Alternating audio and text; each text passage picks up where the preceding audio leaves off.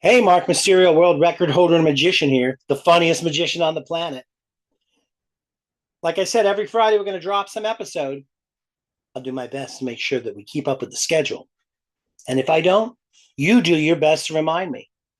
When you get a chance, hit that subscribe button wherever it may be. Stay tuned to the channel. Here's the thing I wanted to tell you about today. Tales from the Top Hat. When I say tales from the Top Hat, I don't mean just stories. I mean actual things that happen. Specifically to this guy. All right, so I'm going to tell you about this one time I did this show. I'm young, I'm inexperienced, fairly, in the sense of working in the city. So I'm working for an agent. I'm not going to tell you who the agent is. And the agent sends me into a part of New York City. So we drive into New York City. We get there. There's a gated community. We are at the right house. They open the gate. They let us in. We walk in, carrying our stuff. The children are dancing, having fun. Little girls, little boys are cheering them on. Yay, happy, happy. Everything's going well. And I realize that this particular group of individuals wanted a certain magician. They didn't necessarily want me. I didn't fit the mold of what they were looking for.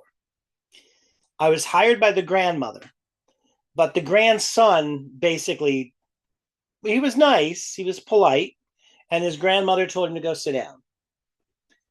But to make a long story short with this situation, I went ahead and I left the girls all do their dance, even though the show was running a little bit behind my schedule.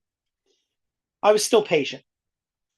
Well, next thing you know, we're getting ready to do this, and as I am getting ready to do the magic, I'm thinking to myself, from the way that this one person, the grandson, is being treated, I'm thinking to myself that this person must be very important, right? I'm not sure how he's related very important, but he is very important somehow, some way. And I knew this.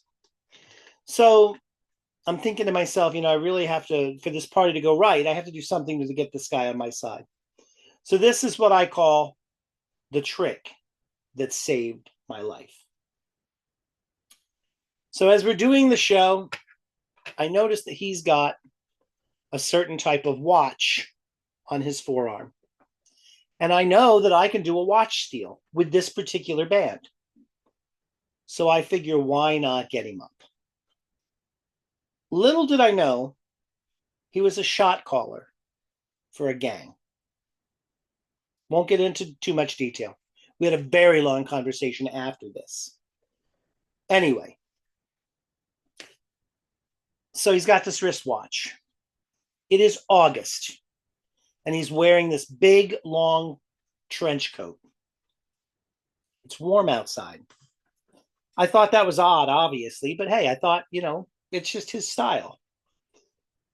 Well, I leaned down to get something out of my table, my magic table.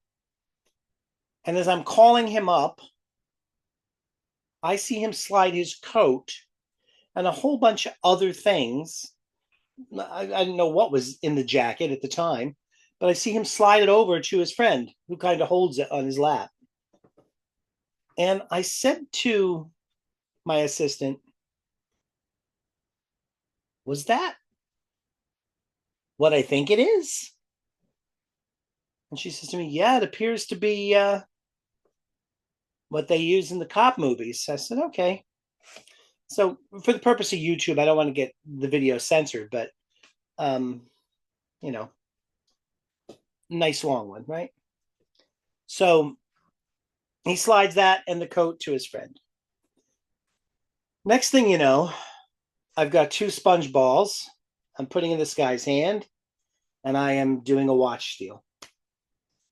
I steal his watch. I send him back to the audience. I say, no, I got a consolation gift. I give him back his watch. He is blown away. His mind is just, wow, that's impressed. He's impressed. He's happy. And he's laughing, he's giggling. First time I saw him smile. First time a lot of his family have seen him smile. So as the story progresses a little more, and as the party, as the party progresses, I send him back to the stage, give him back his watch. Everybody's having a laugh. He took it very well.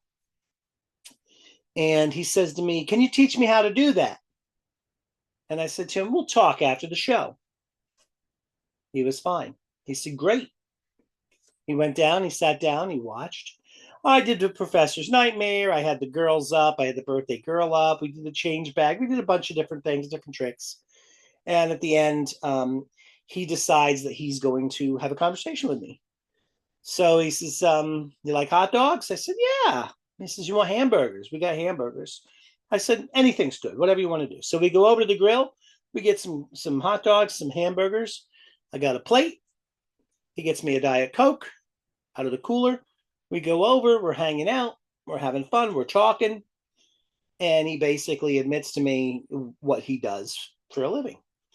And he said that, he said, I want to impress my friends. He said, I want to learn how to do this so that I can do this to some people in our, he called it a business meeting, basically. Okay. So I said, yeah. I said, I'll show it to you for the entertainment purposes. So I went ahead and showed him that. And he was happy with that. And when I left, he told me that there was a rival gang that was across the street, but his people were watching my car. And he basically loaded my table, had his people load my table, start the car. We went out to the car, got in. He had a Cadillac Escalade go in front of me and one in back of me, with me being in the middle. And we drove. He asked me where we were going. I told him. We drove to the George Washington Bridge, and the entrance there, and he put us on the highway to go as he went ahead back into the city. And as he was going into the city, I had my window rolled down a little bit. I heard some of the police that were there directing traffic talk to him and smile and wave and that kind of thing. And that dawned on me right there, um, how much danger I was in because I was naive, and how that magic trick actually saved my life. That is true. It is a true story. It is not made up. Um, and it really did happen. By the way, that was the last time I worked in New York City. I still to this day will not work in New York City because I don't know the areas well enough. So I hope you enjoyed these little tales from the top hat, and we'll see you again. As I said, if you like what we're doing, hit the like button, the subscribe button, and follow us. Watch as many of these as you want. Thank you so much, Mark Mysterio, the funniest magician on the planet. Be well.